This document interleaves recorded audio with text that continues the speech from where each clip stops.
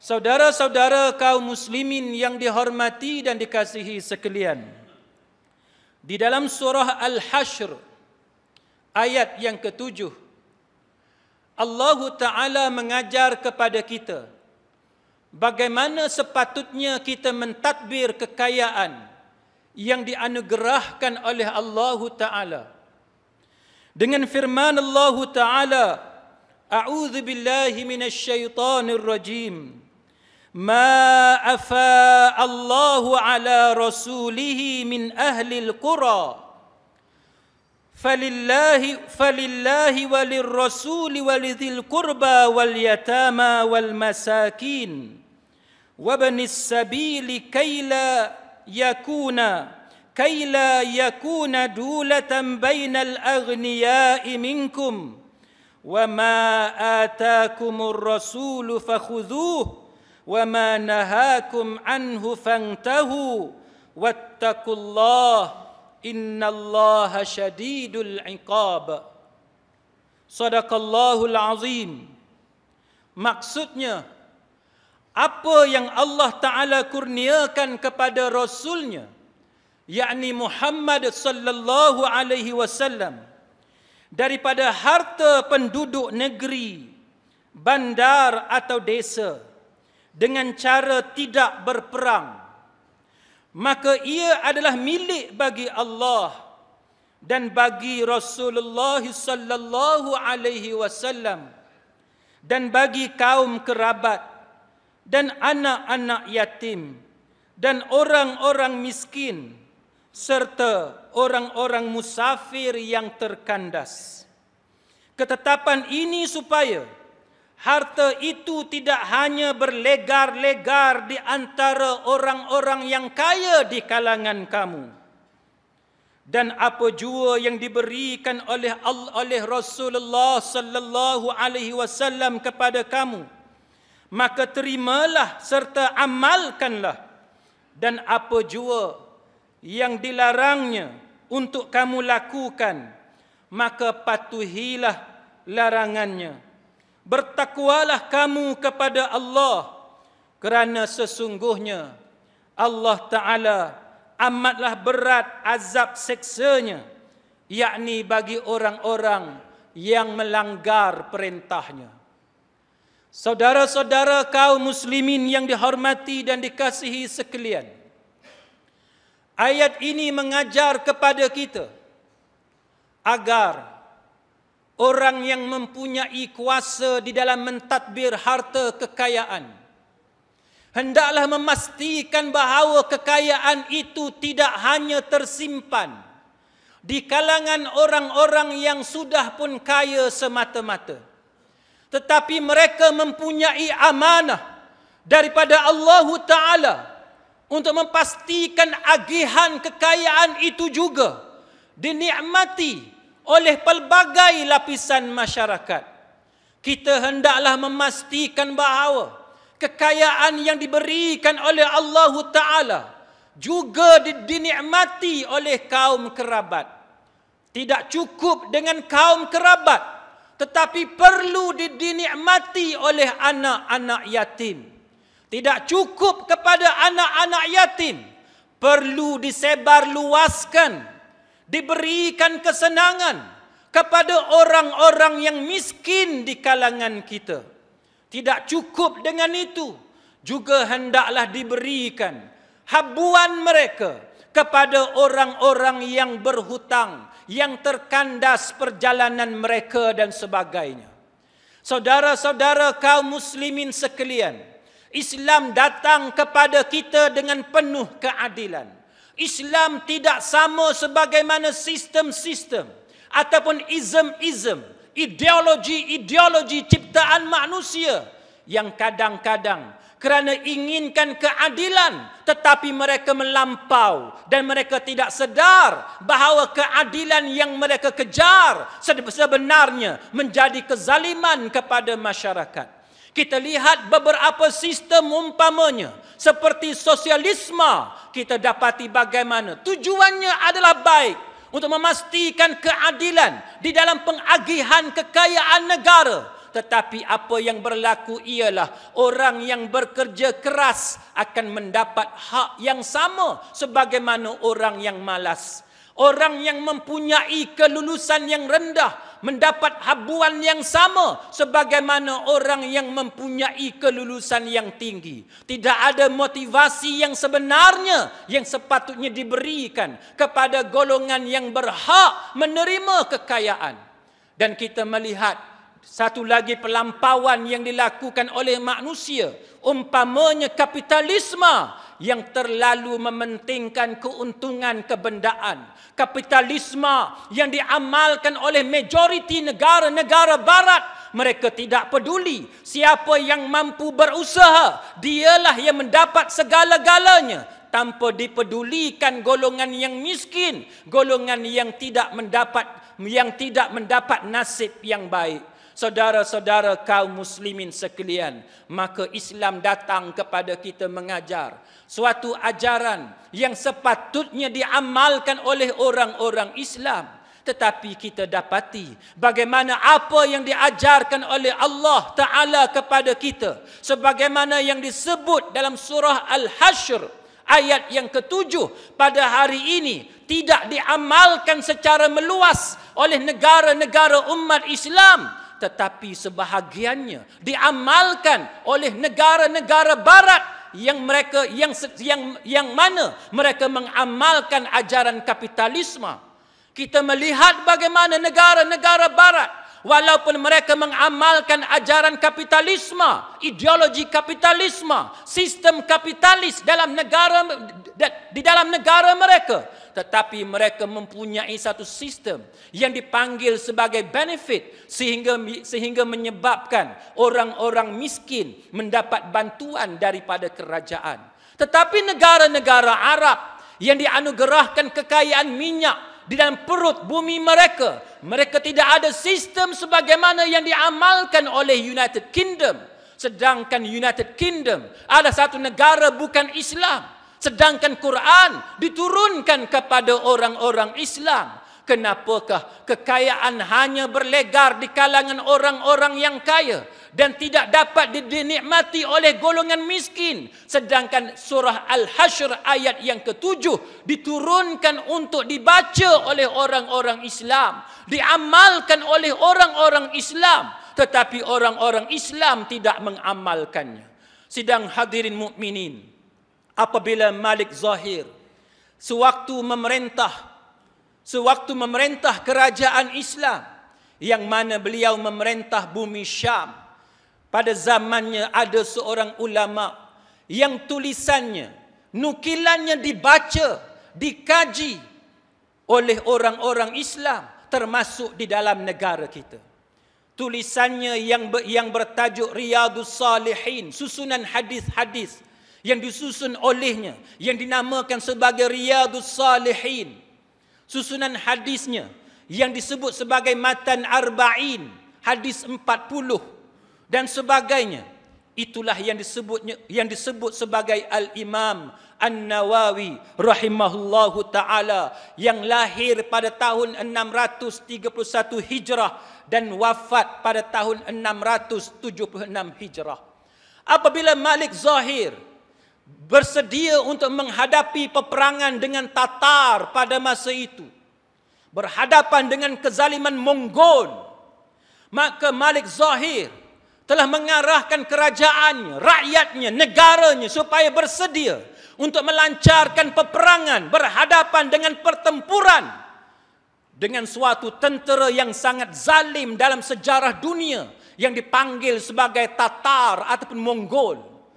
Saudara-saudara kaum muslimin sekalian, Malik Zahir mengarahkan supaya diambil segala harta rakyat untuk digunakan sebagai persiapan peperangan besar-besaran bagi berhadapan dengan kezaliman tentera Tatar pada zaman itu.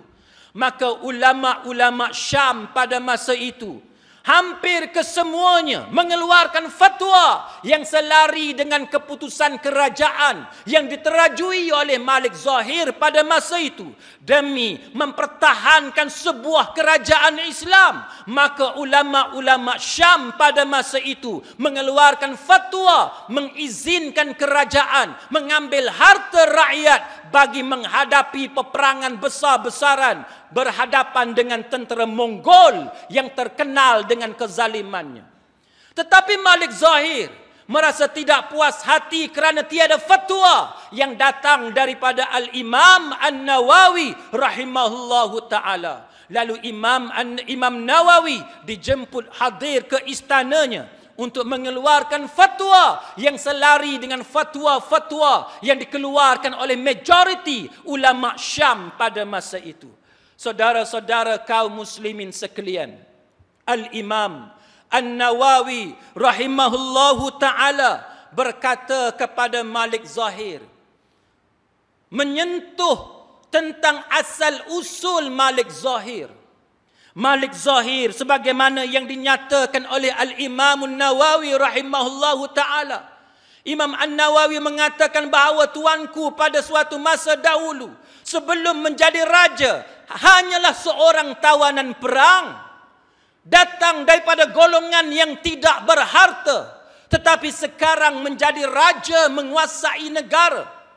Tuanku sekarang memiliki 1000 hamba yang setiap seorang mempunyai ketulan-ketulan emas. Tuanku juga mempunyai 200 khadam perempuan yang setiap daripada mereka menerima anugerah daripada tuanku dalam bentuk barang-barang perhiasan.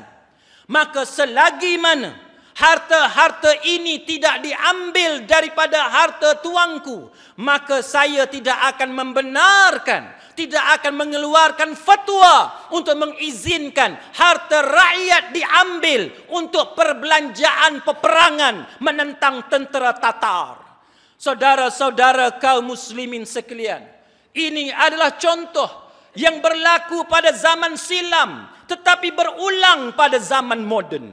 Kita boleh melihat berapa ramai di kalangan ulama-ulama yang selesa dengan jawatan-jawatan rasmi mereka. Mereka mengiyakan apa sahaja yang dilakukan oleh pihak berkuasa walaupun mata mereka dapat memandang kesengsaraan yang berlaku kepada rakyat.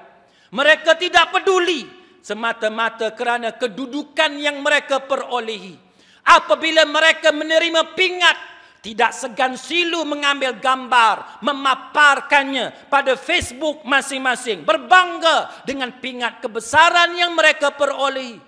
Tidaklah salah menerima pingat-pingat kebesaran, tetapi janganlah pingat kebesaran menghalang kamu daripada menyatakan kebenaran kepada pihak yang berkuasa. Tidaklah salah menerima jawatan rasmi, tapi jangan kerana terlalu sayangkan jawatan rasmi sehingga kamu membisu di atas kesengsaraan yang berlaku kepada rakyat jelata. Saudara-saudara kaum muslimin sekalian, apakah ada di kalangan kita pada hari ini yang pernah melihat pemimpin-pemimpin politik kita yang hidup dalam keadaan miskin? Berapa ramai di kalangan mereka, siapakah mereka yang menjadi pemimpin politik tetapi masih boleh hidup secara sederhana ataupun hidup dalam keadaan asal sebelum menerima jawatan rasmi dalam bidang politik? Berapa ramai di kalangan ahli-ahli politik di dalam negara kita yang boleh mencontohi pemimpin-pemimpin politik yang bukan beragama Islam? Kalau kamu tidak kagum kepada Rasulullah sallallahu alaihi wasallam, kita ingin memberikan contoh tentang pemimpin-pemimpin yang bukan beragama Islam. Tidakkah kamu pernah menonton suatu filem yang dibikinkan secara khusus, yang dibuat secara khusus bagi menceritakan bagaimana seorang pemimpin politik tertinggi di Perancis pada tahun 90-an, apabila rakyat memilih parti politik yang berbeza sehingga menyebabkan partinya yang beliau pimpin mengalami kekalahan. Beliau terpaksa melepaskan jawatan. Tidak mampu membeli sebuah pun rumah flat.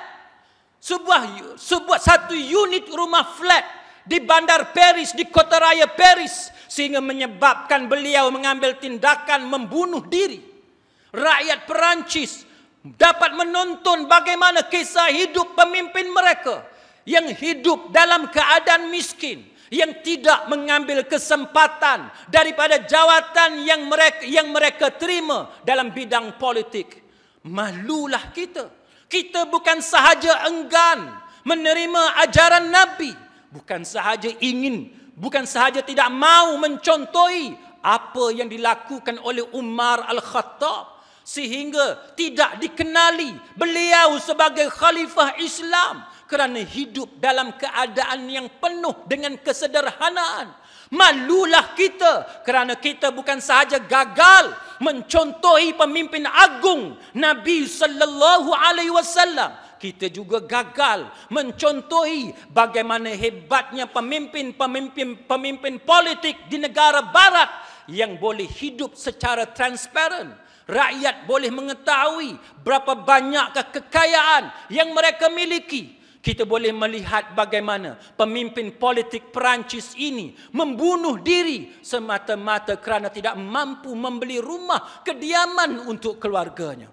Sidang hadirin mukminin, di United Kingdom pernah menjadi headline, tajuk utama akhbar utama di England kerana suatu resit yang dibayar oleh pemimpin politik kerana lebih daripada sepatutnya makan di satu restoran mewah menjadi tajuk utama akhbar di negara berkenaan.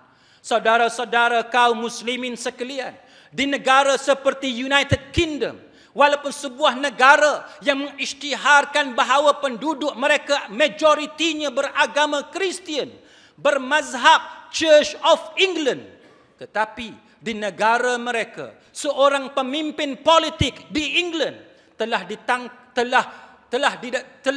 melakukan suatu pelanggaran undang-undang trafik, memandu lebih daripada kelajuan yang dibenarkan. Apa yang berlaku, saudara-saudara kaum muslimin sekalian? Mereka bukan seperti kita.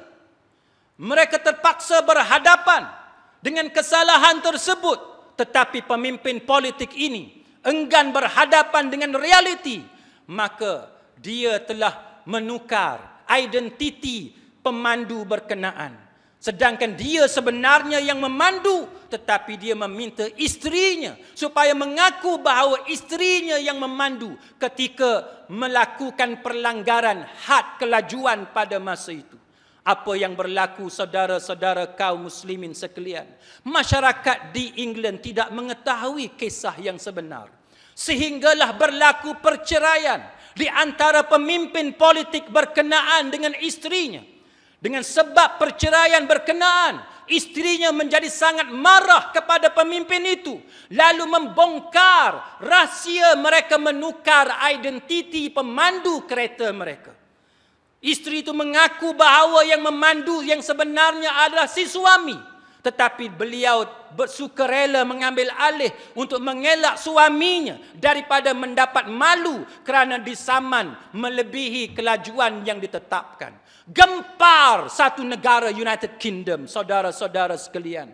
Bagaimana pemimpin politik didedahkan oleh akhbar cuba untuk mengelak daripada tindakan undang-undang. Tetapi masyarakat barat tidak memberi peluang kepada pemimpin-pemimpin mereka kerana mereka hidup secara transparan, mereka hidup secara jujur, mereka patuh kepada etika. Sidang hadirin mukminin, perkara seperti ini sukar untuk kita lihat berlaku di negara-negara umat Islam, termasuk negara Arab yang di dalamnya ada Mekah dan Madinah. Saudara-saudara kaum muslimin sekalian, apabila pemimpin lupa kepada kesusahan hidup yang berlaku kepada rakyat, mereka dengan mudah mengatakan bahawa kenaikan 20 sen hanyalah sedikit. Ya, sedikit bagi kamu yang mendapat cukai jalan secara percuma. Ya, sedikit bagi kamu kerana kamu mendapat allowance pemandu. Ya, sedikit bagi kamu kerana kamu mendapat pelbagai allowance.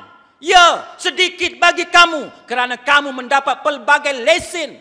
Bukan hanya kamu mendapat lesen, malah orang-orang di sekeliling kamu mendapat pelbagai lesen yang sepatutnya diagih-agihkan kepada berapa ramai orang-orang desa yang hidup dalam keadaan miskin. Saudara-saudara kaum muslimin sekalian, lihatlah di sekeliling kita berapa banyak gejala-gejala sosial yang berlaku. Anak-anak muda yang berada di sekolah-sekolah menengah tidak dapat dikawal lagi.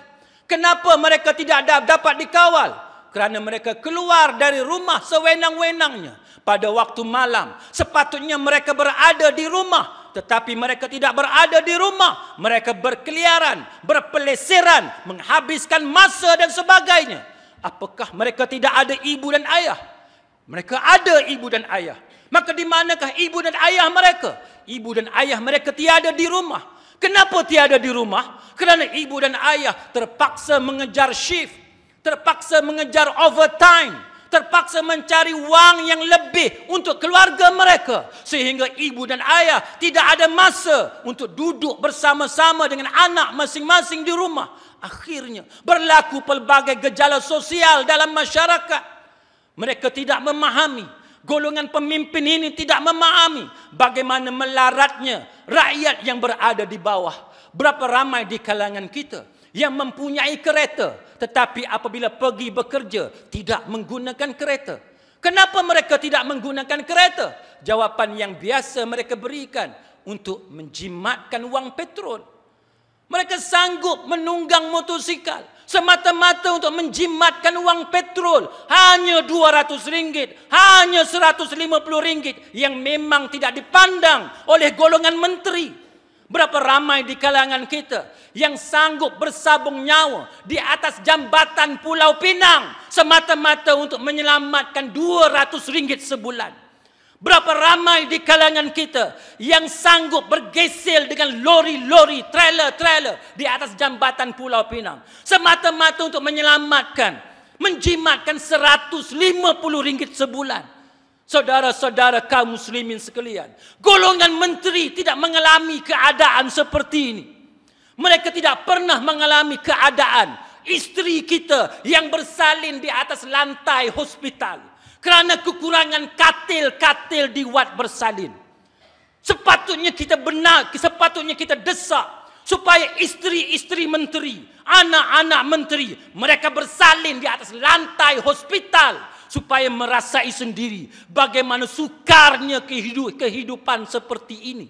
Saudara-saudara kaum muslimin sekalian, tidakkah kita pernah melihat kawan-kawan kita yang menceritakan kepada kita bagaimana setiap kali hujung bulan mereka tidak boleh pergi makan di kios, di kafe, di restoran-restoran makanan segera kerana wang sudah kehabisan pada minggu-minggu terakhir bulan tersebut.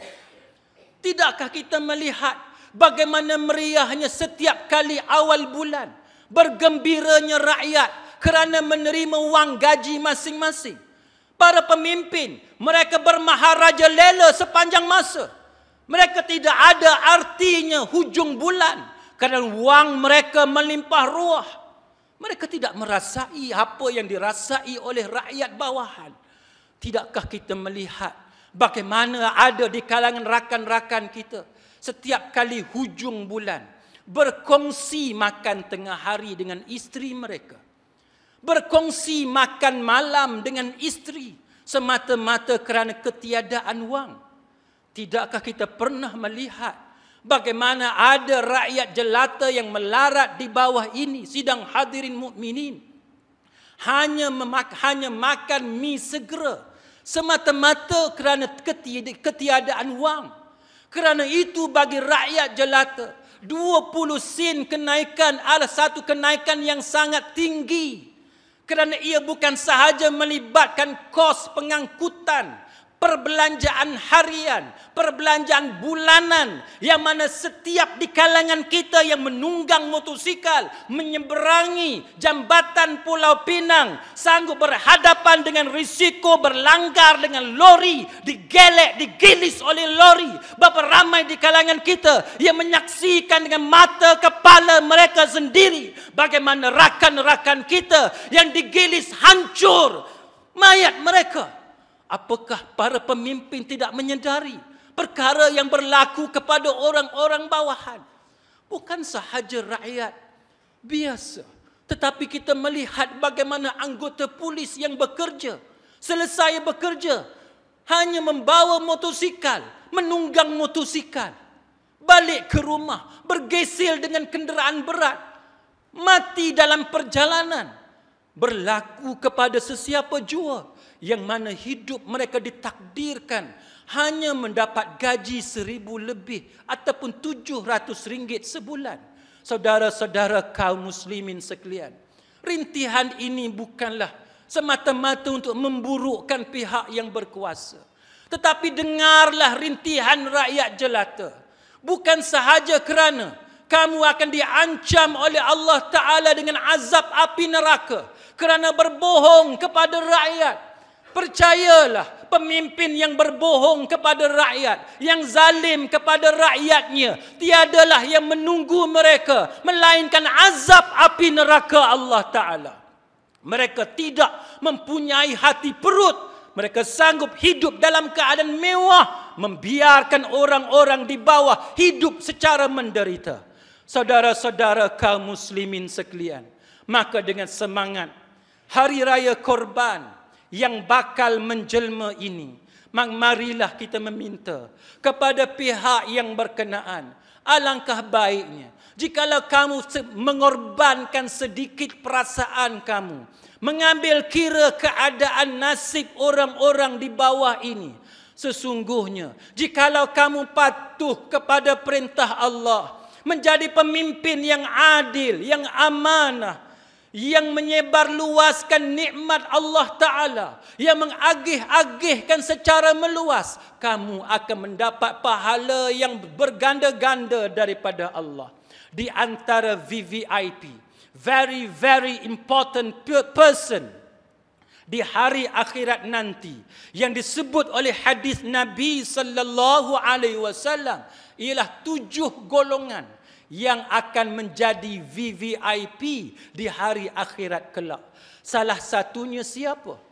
Bukankah Nabi sallallahu alaihi wasallam menyatakan bahawa salah satu 7 golongan yang akan menjadi VVIP, yang mana golongan ini akan dipandang oleh Allah Ta'ala, tidak lain dan tidak bukan pemimpin yang adil. Pemimpin yang adil akan dipandang oleh Allah Ta'ala, akan mendapat nikmat yang begitu hebat di hari akhirat kelak. Saudara-saudara kaum muslimin sekalian, mudah-mudahan semua kita pada hari ini mendapat rahmat dan keberkatan daripada Allah Ta'ala. Mudah-mudahan pemimpin-pemimpin kita pada hari ini adalah pemimpin-pemimpin yang diredai oleh Allah Ta'ala. Jikalau mereka melakukan kesilapan, janganlah segan silu memperbetulkan semula kesilapan berkenaan.